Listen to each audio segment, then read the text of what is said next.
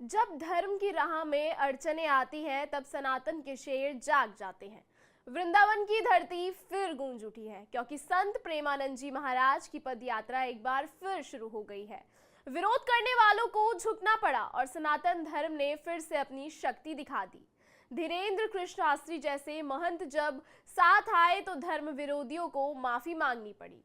ये सिर्फ एक पदयात्रा नहीं बल्कि सनातन की जीत का शायद आरंभ है। तो आइए जानते हैं ऐसा क्या हुआ जिसने विरोध किया, उन्हें ही फिर झुकाना पड़ा अपना सर।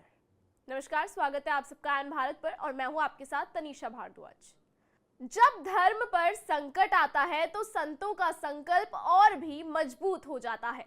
वृंदावन के संत प्रेमानंद जी महाराज की पदयात्रा एक बार फिर शुरू हो चुकी है और इस बार विरोध करने वालों को झुकना पड़ा। सनातन धर्म की शक्ति देखिए जरा आप। दरअसल वृंदावन की एनआरआई ग्रीन सोसाइटी के लोगों ने संत प्रेमानंद जी महाराज की पदयात्रा का विरोध किया था। कॉलोनी वालों का कहना था कि यह यात्रा उनके लिए असुविधा पैदा कर रही है और रात को उन्हें काफी परेशानी होती है, जिसकी वजह से प्रेमानंद जी ने अपनी पदयात्रा का रूट बदल ही डाला। तब संतों की आस्था को चुनौती दी जाती है तो पूरा सनातन समाज एकजुट हो जाता है और यही हुआ इस बार भी। धीरेन्द्र कृष्ण शास्त्री खुद संत प्रेमानंद जी महाराज के समर्थन में आ गए और इस विरोध को सनातन धर्म के अपमान के रूप में देखा गया। आखिरकार धर्म विरोधियों को झुकना पड़ा। एनआरआई ग्रीन सोसाइटी के लोगों ने संत प्रेमानंद जी महाराज से माफी मांग ली है और उनकी पदयात्रा फिर से शुरू हो गई है।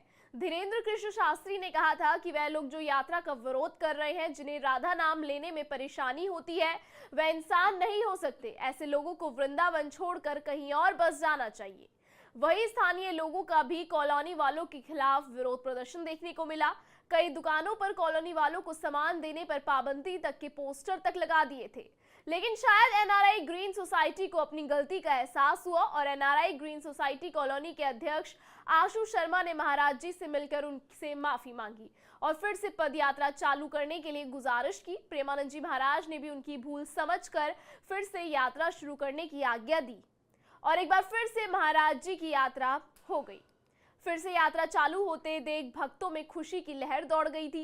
भारी संख्या में भक्त दर्शन करने के लिए पहुंचे। महाराज जी के लिए पूरा रास्ता फूलों से सजाया गया। भक्तों ने यात्रा शुरू होने की खुशी में भजन कीर्तन भी किया। इस तरह संत प्रेमानंद जी महाराज की पदयात्रा केवल एक धार्मिक यात्रा नहीं बल्कि एक संदेश बन चुकी है। सत्य और धर्म की कभी हार नहीं होती। ये यात्रा यह सत्य करती है कि जब हम अपने धर्म के प्रति सच्चे होते हैं तो कोई भी विरोध या अड़चन हमें अपने रास्ते से भटका नहीं सकती। संत प्रेमानंद जी महाराज की यह यात्रा सनातन धर्म की जीत की तरह देखी जा रही है।